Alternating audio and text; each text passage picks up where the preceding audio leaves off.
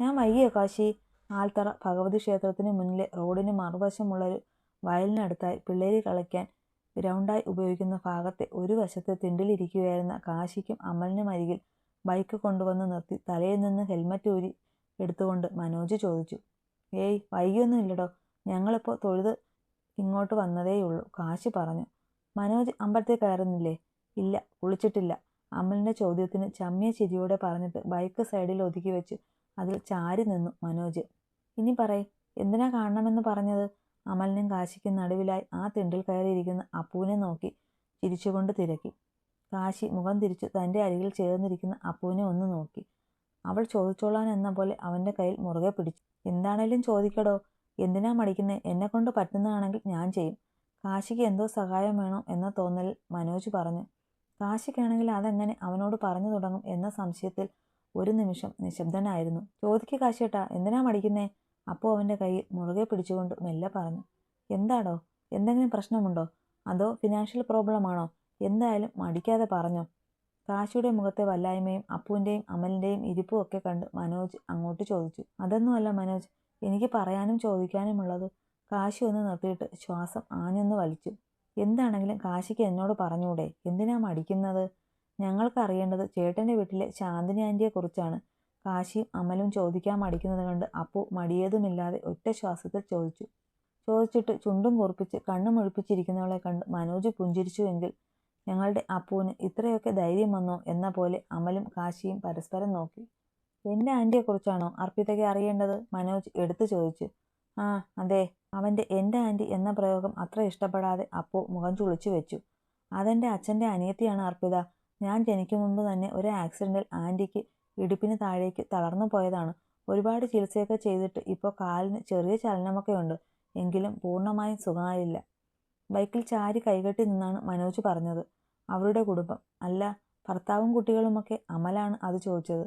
ഇല്ലടോ, എൻ്റെ ആൻറ്റി വിവാഹം കഴിച്ചിട്ടില്ല. പറയുമ്പോൾ മനോജിൻ്റെ മുഖം വാടി. ചിറ്റാഴ മാണിക്കോത്തെ സരസ്വതി നമ്പ്യാരുടെ വളർത്തുമകൾ, വല്ലിശ്ശേരി തറവാട്ടിലെ അനന്തൻ്റെ ആദ്യ ഭാര്യ, ഈ കാശിദേവനെ നൊന്ത് പ്രസവിച്ച 3 മാസം പോലും ആകും മുമ്പേ ഉപേക്ഷിച്ചു പോയ അരുന്ധതി നമ്പ്യാർ എങ്ങനെ മനോജിൻ്റെ ആൻറ്റിയായി, നിന്റെ അച്ഛൻ്റെ പെങ്ങളായി? അതുവരെ മിണ്ടാതിരുന്ന കാശി പതിഞ്ഞതെങ്കിലും ഉറച്ച ശബ്ദത്തിൽ മനോജിനോട് തിരക്കി. എന്ത് ഭ്രാന്താണ് കാശി നിങ്ങൾ പറയുന്നത്? ഈ പൊട്ടത്തരം പറയാനാണോ രാവിലെ എന്നെ ഇങ്ങോട്ട് വിളിച്ചു വരുത്തിയത്? പറയുന്നത് എൻ്റെ പ്രിയപ്പെട്ടവരെ കുറിച്ചാണെന്ന് ഓർക്കുന്നത് നന്നായിരിക്കും. അവർക്കരികിലേക്ക് പാഞ്ഞു വന്ന് പൊട്ടിച്ചെറിച്ചുകൊണ്ട് മനോജ് ചോദിച്ചു. മനോജ് നീങ്ങി നിൽക്ക്. മനോജിൻ്റെ ദേഷ്യത്തിൽ ചുവന്ന മുഖം കാണെ അവൻ കാശിയെ കയ്യേറ്റം ചെയ്തേക്കുമോ എന്ന് ഭയന്ന് അമൽ ചോദിച്ചു. പക്ഷേ കാശി ഇരുന്നിടത്ത് നിന്ന് അനങ്ങുകയോ മനോജിൽ നിന്ന് നോട്ടം മാറ്റുകയോ ചെയ്തില്ല. ദാ ഈ ഫോട്ടോ നോക്ക്, എന്നിട്ട് പറയ് ഞങ്ങൾ പറഞ്ഞത് പൊട്ടത്തരമാണോ എന്ന്. കയ്യിലിരുന്ന ഫോൺ മനോജിൻ്റെ മുന്നിലേക്ക് നീട്ടി കാണിച്ചു കൊടുത്തു അപ്പു. തറവാട്ടിൽ നിന്ന് കാശി എടുത്തു കൊണ്ടുവന്ന പിക് ഫോണിൽ പകർത്തിയതായിരുന്നു അത്. ഇത് മനോജിൻ്റെ നിറമിഴിയോടെ മൂവരെയും നോക്കി. ഞങ്ങൾക്ക് കള്ളം പറയേണ്ട ആവശ്യമില്ല. ആൻറ്റിയുടെ കയ്യിലിരിക്കുന്ന കുഞ്ഞ് അത് എൻ്റെ കാശിയേട്ടനാണ്. കാശിയുടെ കൈവണ്ണയിൽ ചുറ്റിപ്പിടിച്ചുകൊണ്ട് അപ്പു പറഞ്ഞു. ഇനി എന്തെങ്കിലും തെറ്റുപറ്റിയതാണോ? മനോജ് ആശങ്കയോടെ തിരക്കി. എന്ത് തെറ്റ്? നിങ്ങളെ കളപ്പിക്കാൻ വേണ്ടി ഇങ്ങനൊരു ഫോട്ടോയും പൊക്കിപ്പിടിച്ച് വരേണ്ട ആവശ്യമൊന്നും എനിക്കില്ല. കാശിക്കും ദേഷ്യം വരാൻ തുടങ്ങിയിരുന്നു. സത്യമായും എനിക്കൊന്നും അറിയില്ല കാശി. ആൻറ്റി ഞങ്ങളുടെ അല്ലെന്ന് ഇന്ന് വരെ എനിക്ക് തോന്നിയിട്ടില്ല. ഒരു സംശയം പോലും ഉണ്ടായിട്ടില്ല. എൻ്റെ അമ്മ മരിച്ചിട്ട് 2 വർഷമായതേ ഉള്ളൂ. ജീവിച്ചിരുന്ന കാലം അത്രയും സഹോദരിമാരെ പോലെയായിരുന്നു രണ്ടാളും. പിങ്ങൽ അടക്കി പിടിച്ചുകൊണ്ട് മനോജ് പറഞ്ഞു. ഇനി ഇതിൽ എന്തെങ്കിലും പറയാൻ മനോജിൻ്റെ അച്ഛനെ കഴിയൂ. അങ്കിളിനെ ഒന്ന് വിളിക്കാമോ? ഇനിയും കാത്തിരിക്കാൻ വയ്യ. കാശിയുടെ ആ ചോദ്യത്തിൽ ദയനീയമായി മനോജ് അവനെ നോക്കി. മനോജിൻ്റെ മുഖം കണ്ട് വിഷമം തോന്നിയെങ്കിലും പിന്മാറാൻ കാശി തയ്യാറായിരുന്നില്ല. മനു മോനെ, എന്താടാ? വേഗം വരണേ അച്ഛാന്ന് പറഞ്ഞപ്പോൾ പേടിച്ചു പോയി ഞാൻ. എന്താടാ? കാർ ഒതുക്കി നിർത്തി ഓടി വന്ന ആ മനുഷ്യൻ മനുവിനെ അടിമുടി നോക്കിക്കൊണ്ട് വെപ്രാളത്തോടെ തിരക്കി. മനോജിൻ്റെ മുഖത്തും ദേഹത്തും തൊട്ടുനോക്കി ചോദിക്കുമ്പോഴുള്ള ആ അച്ഛൻ്റെ മകനോടുള്ള സ്നേഹവും കരുതലുമൊക്കെ കാണെ കാശി വേദനയോടെ മുഖം തിരിച്ചു കളഞ്ഞു. കാശിയേട്ടാ, ഇനി താമസിപ്പിക്കേണ്ട, അങ്കിളിനോട് ചോദിക്ക് ആൻറ്റിയെക്കുറിച്ച്. ആ കാഴ്ചയിൽ അവൻ്റെ മുഖത്ത് നിറഞ്ഞ സങ്കടം മനസ്സിലായതുപോലെ അപ്പു പെട്ടെന്ന് വിഷയം മാറ്റി. എന്താ കാശി, ആരെക്കുറിച്ച് അറിയുന്ന കാര്യമാണ് മോള് പറയുന്നത്? ശിവദാസൻ അവൻ്റെ മുഖത്തേക്ക് നോക്കി. അച്ഛാ, മനോജ് വല്ലായ്മയോടെ വിളിച്ചു. കാശിയാണെങ്കിൽ ആലോചനയോടെ അമലിനെ നോക്കി. നിങ്ങൾ ഓരോരുത്തരും മുഖത്തോട് മുഖം നോക്കാതെ കാര്യം എന്താണെന്ന് പറയുന്നുണ്ടോ? അവരുടെ ആ പ്രവൃത്തിയും ടെൻഷൻ അടിച്ച് ഓടി വന്നതും കൂടെ ആയപ്പോൾ അയാൾക്ക് ദേഷ്യം വന്നിരുന്നു. അങ്കിളെ, ഞാൻ തന്നെ പറയാം. കാശിയുടെ അടുത്തു നിന്നും അയാൾക്ക് അടുത്തേക്ക് നീങ്ങി നിന്ന് അപ്പു പറഞ്ഞു. ആരെങ്കിലും പറഞ്ഞാൽ മതി, ഇങ്ങനെ ടെൻഷൻ അടിക്കാൻ വയ്യ. മനോജിന്റെയും കാശിയുടെയും നിറഞ്ഞ കണ്ണുകളും ചുവന്ന മുഖവും കാണെ ആശങ്കയോടെ അയാൾ പറഞ്ഞു. അങ്കിൾ, ഈ ഫോട്ടോ ഒന്ന് നോക്കിയേ, ഈ ആളെ അറിയോ എന്ന്? അപ്പു ഫോൺ അയാൾക്ക് മുന്നിൽ നീട്ടി പിടിച്ചു. ആ ഫോണിലേക്ക് നോക്കി അയാളുടെ കണ്ണുകൾ ഒന്ന് പിടഞ്ഞത് 4 പേരും വ്യക്തമായി കണ്ടു. ഇത് അയാൾ വിക്കിക്കൊണ്ട് അപ്പുവിനെ നോക്കി. ഇതെന്റെ കാശിയേട്ടന്റെ അച്ഛനും അമ്മയും കാശിയേട്ടനുമാണ്. കൂടെ നിൽക്കുന്നത് അപ്പൂപ്പനും അമ്മൂമ്മയും. അപ്പു അയാൾക്ക് വ്യക്തമാക്കി കൊടുത്തു. നിങ്ങൾക്ക് അറിയേണ്ടത് ശാന്തിയെക്കുറിച്ചാണോ മക്കളെ? കണ്ണട ഊരിയെടുത്ത് ഒന്ന് അമർത്തി തുടച്ചുകൊണ്ട് അയാൾ തിരക്കി. അപ്പു ഒന്ന് മൂളി. ബാക്കിയുള്ളവർ അയാൾക്ക് എന്താ പറയാനുള്ളതെന്ന പോലെ ആ മുഖത്തേക്ക് ഉറ്റുനോക്കി നിന്നു. ശാന്തി എന്റെ സഹോദരി തന്നെയാണ്, എന്റെ അമ്മ പ്രസവിക്കാത്ത എന്റെ കൂടപ്പിറപ്പ്, അയാൾ ഒരു തേങ്ങലോടെ പറഞ്ഞു. അച്ഛാ, എന്തൊക്കെയാണ് പറയുന്നത്? ആന്റി ഈ ഫോട്ടോ കണ്ട്, അയാൾ പറഞ്ഞത് കേട്ട് നടുങ്ങിപ്പോയ മനോജ് തിരക്കി. നീ കണ്ടില്ലേ ആ ഫോട്ടോ? അതിലെ പെൺകുട്ടി അത് ശാന്തിനിയല്ലേ മനു? അതുപോലെ ആ പുരുഷൻ, ആ മുഖം കാശി തന്നെയല്ലേ? അയാൾ വേദനയോടെ മനോജിനെ ചേർത്ത് പിടിച്ചുകൊണ്ട് ചോദിച്ചു. എന്നാൽ ആ ചോദ്യം കേൾക്കെ കാശിയുടെ മുഖം ദേഷ്യം കൊണ്ട് ചോര തൊട്ടെടുക്കാൻ പാകത്തിന് ചുവന്നു. അപ്പോൾ കഴിഞ്ഞ ദിവസം എന്നെ കണ്ടിട്ട് എന്തിനാണ് അവർ അറിയാത്ത മട്ടിലിരുന്നത്? അവരുടെ മുഖം എനിക്ക് മനസ്സിലായല്ലോ. ഞാൻ എൻ്റെ അച്ഛനെ പോലെയല്ലേ? അത് അങ്കിളിന് പോലും മനസ്സിലായില്ലേ? എന്നിട്ട് എന്നെ കണ്ടിട്ട് നേരിയ ഒരു ചലനം പോലും അവരിലുണ്ടായില്ല. എനിക്ക് അവരോട് ഒരേ ഒരു കാര്യം ചോദിക്കണം. എന്തിനാണ് എന്നെ ഉപേക്ഷിച്ചു പോയതെന്ന്. അതിനവർ മറുപടി പറയണം. ഇല്ലെങ്കിൽ പറയിക്കും ഞാൻ. വെറുപ്പും പകയും നിറഞ്ഞ ശബ്ദത്തിൽ കാശി പറഞ്ഞു. അവളെ കൊണ്ട് 30 വർഷം മുമ്പുള്ള കാര്യങ്ങളൊന്നും പറയിപ്പിക്കാൻ നിനക്ക് കഴിയില്ല കാശി. അവന്റെ മുഖത്തെ ദേഷ്യത്തിലേക്ക് നോക്കി നിന്ന് ശാന്തമായി പറഞ്ഞു കളഞ്ഞു ശിവദാസൻ. അതെന്താ അവർക്ക് പറയാൻ കഴിയാത്തത്?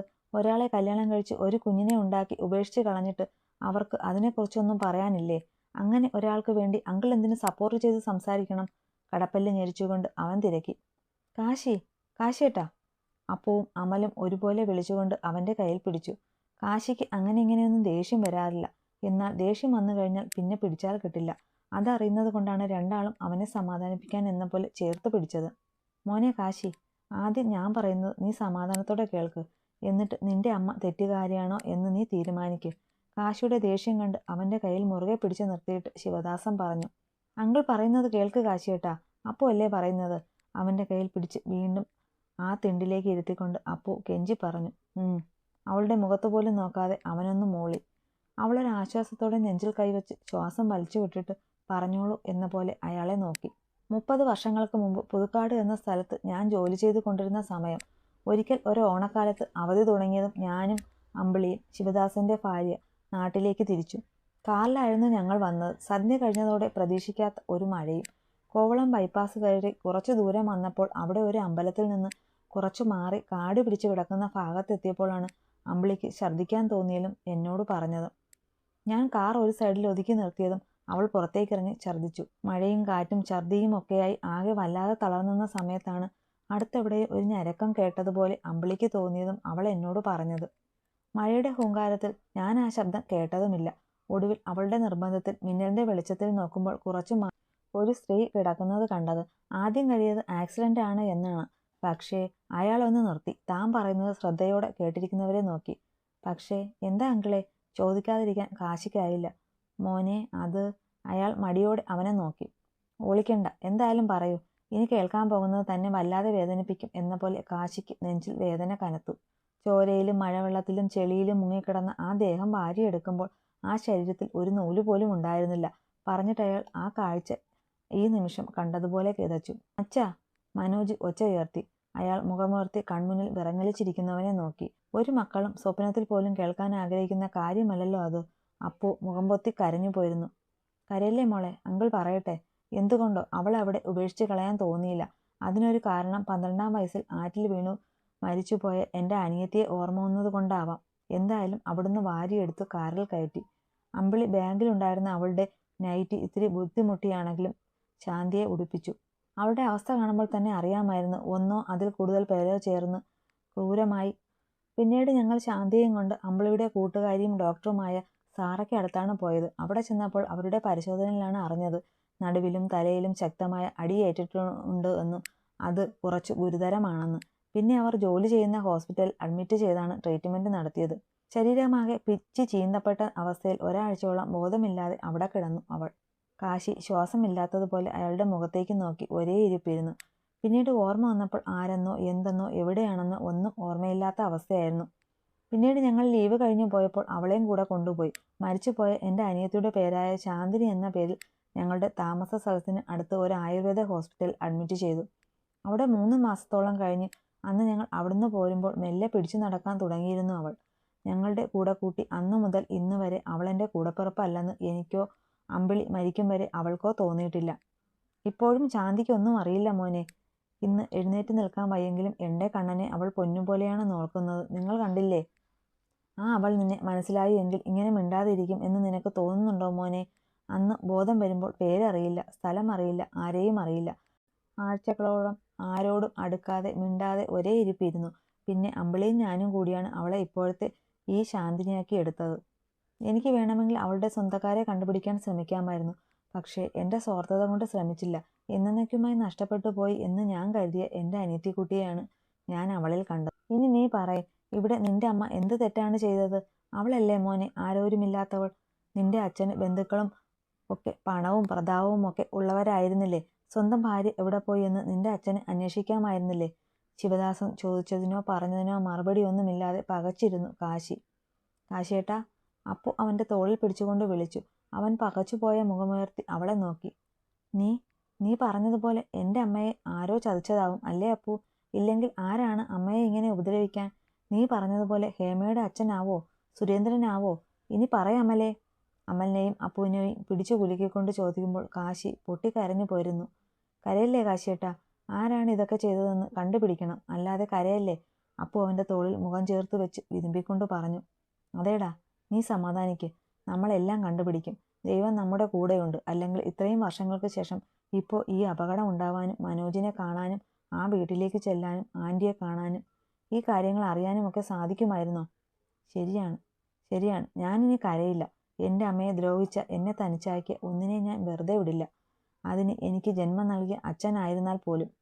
പക നിറഞ്ഞ ശബ്ദത്തിൽ കാശി പറഞ്ഞു. മോനെ കാശി. ശിവദാസന്റെ വിളിയിൽ കാശി ഞെട്ടിത്തിരിഞ്ഞു. ഒരു കാര്യം കൂടി പറയണം നിന്നോട് എനിക്ക്. ഇനി അതായിട്ട് ഞാൻ ഒളിപ്പിക്കുന്നില്ല. നിന്റെ അമ്മ അന്നത്തെ ചികിത്സയിൽ പിടിച്ചു നടക്കുമായിരുന്നു എന്ന് പറഞ്ഞില്ലേ? പിന്നെങ്ങനെ അവൾ വീൽചെയറിലായെന്ന് അറിയണ്ടേ നിനക്ക്? മനോജിനെ ചേർത്ത് പിടിച്ചുകൊണ്ട് അയാൾ നിറഞ്ഞൊഴുകുന്ന മിഴിയോടെ കാശിക്കടുത്തേക്ക് ചേർന്ന് നിന്നു. മനോജ് ആവട്ടെ ഇതുവരെ കണ്ടിട്ടില്ലാത്ത അച്ഛൻ്റെ ആ ഭാവത്തിൽ പകപ്പോടെ അയാളെ നോക്കി നിന്നു. മനു, അച്ഛൻ്റെ മനുക്കുട്ടൻ, അച്ഛനോട് ക്ഷമിക്കണേ മോനെ. മനോജിനെ ചേർത്ത് പിടിച്ചു നെറ്റിയിൽ മുത്തിക്കൊണ്ട് അയാൾ പറഞ്ഞു. എന്താ അച്ഛാ, എന്തിനാ ഇപ്പോൾ സങ്കടം? ആൻറ്റി ജന്മം കൊണ്ട് കാശിയുടെ അമ്മയാവും, പക്ഷേ കർമ്മം കൊണ്ട് നമ്മുടേത് കൂടിയാണ്. പിന്നെ എന്തിനാ ഈ സങ്കടം? മനോജ് അയാളെ ചുറ്റിപ്പിടിച്ചു പറഞ്ഞിട്ട് ആ കണ്ണുനീര് തുടച്ചു കൊടുത്തു. മനു, എൻ്റെ കുഞ്ഞ് എന്നും എപ്പോഴും അച്ഛൻ്റെ പൊന്നുമോനാണ് കേട്ടോ, മനോജിൻ്റെ കവിളിൽ തട്ടി പറഞ്ഞു അയാൾ. അവൻ വല്ലായ്മയോടെ അയാളെ നോക്കി നിന്നതേയുള്ളൂ. കാശി, ഇവൻ നിന്റെ അനിയനാണ്, നിന്റെ അമ്മ പ്രസവിച്ച കുഞ്ഞ്. വിങ്ങിപ്പൊട്ടി പറഞ്ഞിട്ട് അവൻ്റെ കയ്യിൽ മുറുകെ പിടിച്ച് കാശിയുടെ അരിയിലേക്ക് വെച്ചു കൊടുത്തു ആ മനുഷ്യൻ. മനോജും കാശിയും മാത്രമായിരുന്നില്ല ആ അറിവിൽ ഞെട്ടിയത്, അപ്പുവും അമലും കൂടെയായിരുന്നു. തൻ്റെ കൈക്കുള്ളിലിരിക്കുന്ന മനോജിൻ്റെ വിറയാർന്ന കയ്യിലും അവൻ്റെ കലങ്ങിയ കണ്ണുകളിലും ക്ഷോഭം കൊണ്ട് വിറയ്ക്കുന്ന കവിളിലുമൊക്കെ പകപ്പോടെ നോക്കി കാശി. അച്ഛാ, തളർന്നു പോയിരുന്നു മനോജിൻ്റെ ശബ്ദം. സത്യമാണ് മനു, സത്യമാണ് അച്ഛൻ പറഞ്ഞത്. വേണ്ട, എനിക്ക് ആരും വേണ്ട. എനിക്ക് എൻ്റെ അച്ഛൻ്റെ മനു മാത്രമായാൽ മതി. കാശിയുടെ കയ്യിൽ നിന്ന് പിടിവിട്ടിട്ട് പൊട്ടി വരുന്ന കരച്ചിൽ അടക്കി പിടിച്ച് അച്ഛനെ ചുറ്റിപ്പിടിച്ചുകൊണ്ട് കുട്ടികളെ പോലെ പറഞ്ഞു മനു. അച്ഛൻ്റെ പൊന്നുമോനാണല്ലോ, വിങ്ങി പറഞ്ഞുകൊണ്ട് അയാൾ അവനെ ഒരു ചെറിയ കുഞ്ഞിനെ പോലെ പൊതിഞ്ഞു പിടിച്ചു. അല്ലെങ്കിലും മക്കൾ എത്ര വലുതായാലും അച്ഛനമ്മമാർക്ക് അവർ കുഞ്ഞുമക്കളാണല്ലോ. കാശിയുടെ ഹൃദയമിടിപ്പ് പോലും നിലച്ചു പോയതുപോലെ അവൻ അവരെ നോക്കിയിരുന്നു. കാശിയേട്ടാ, ഡാ കാശി. അവൻ്റെ ആ തകർന്നുള്ള ഇരിപ്പ് കണ്ട് അപ്പുവും അമലും ഒരുപോലെ അവനോട് ചേർന്നു. കാശിയേട്ടാ. അപ്പു അവൻ്റെ തോളിൽ പിടിച്ച് മെല്ലെ വിളിച്ചു. അവൻ അതേ പകപ്പോടെ അപ്പുവിനെ നോക്കി. പിന്നെ അവളെ കെട്ടിപ്പുണർന്ന് മുഖം ആ കഴുത്തിൽ ഒളിപ്പിച്ചു. വിഷമിപ്പിക്കല്ലേ, കരയില്ലേ കാശിയേട്ടാ, എല്ലാം ശരിയാവും. അപ്പു കൂടെയില്ലേ? വിങ്ങൽ അടക്കി പിടിച്ചു. അങ്ങനെ പറയാനല്ലാതെ അവൾ മറ്റെന്തു പറയാനാണ്? കാശി സ്വല്പനേരത്തിനു ശേഷം അയാൾ അവനെ വിളിച്ചു. കാശി അപ്പുവിൻ്റെ കഴുത്തിൽ നിന്ന് മുഖമുയർത്തി കണ്ണൊക്കെ തുടച്ചുകൊണ്ട് അയാളെ നോക്കി. ഇവൻ ശാന്തിയുടെ ഉള്ളിൽ വളരുന്നു എന്ന് വളരെ വൈകിയാണ് ഞങ്ങളും അറിഞ്ഞത്. ഒരിക്കലും അച്ഛനാവാൻ കഴിയില്ല എന്ന് വൈദ്യശാസ്ത്രം വിധിയെഴുതിയ എനിക്ക് ഇവനെ വേണ്ടാന്ന് വെക്കാനും കഴിഞ്ഞില്ല. വയറ്റിൽ ഒരു കുഞ്ഞു വളർന്നതോ 8-ാം മാസത്തിൽ സർജറിയിലൂടെ കുഞ്ഞിനെ പുറത്തെടുത്തതോ അരയ്ക്ക് താഴേക്ക് പൂർണ്ണമായും ചലനാശേഷി നഷ്ടപ്പെട്ടതോ ഒന്നും അറിയാതെ അവൾ 1 വർഷത്തോളം കിടന്നു. വീണ്ടും ചികിത്സയും പ്രാർത്ഥനയുമായി വർഷങ്ങൾ കഴിഞ്ഞു. ഇന്ന് ഈ കാണുന്ന ചാന്ദിനിയാവാൻ. ഒരിക്കലും മനു എൻ്റെ മകനാണെന്ന് ഞാൻ അവളോട് പറഞ്ഞിട്ടില്ല. ബോധം വന്നപ്പോൾ അവൾ തന്നെയാണ് അങ്ങനെ പറഞ്ഞതും കരുതിയതും. ഞങ്ങളത് തിരുത്താനും പോയില്ല. അപ്പോഴും മനുവിനെ ചേർത്ത് പിടിച്ചുകൊണ്ട് തന്നെ നോക്കിയിരിക്കുന്ന കാശിയോട് അയാൾ പറഞ്ഞു.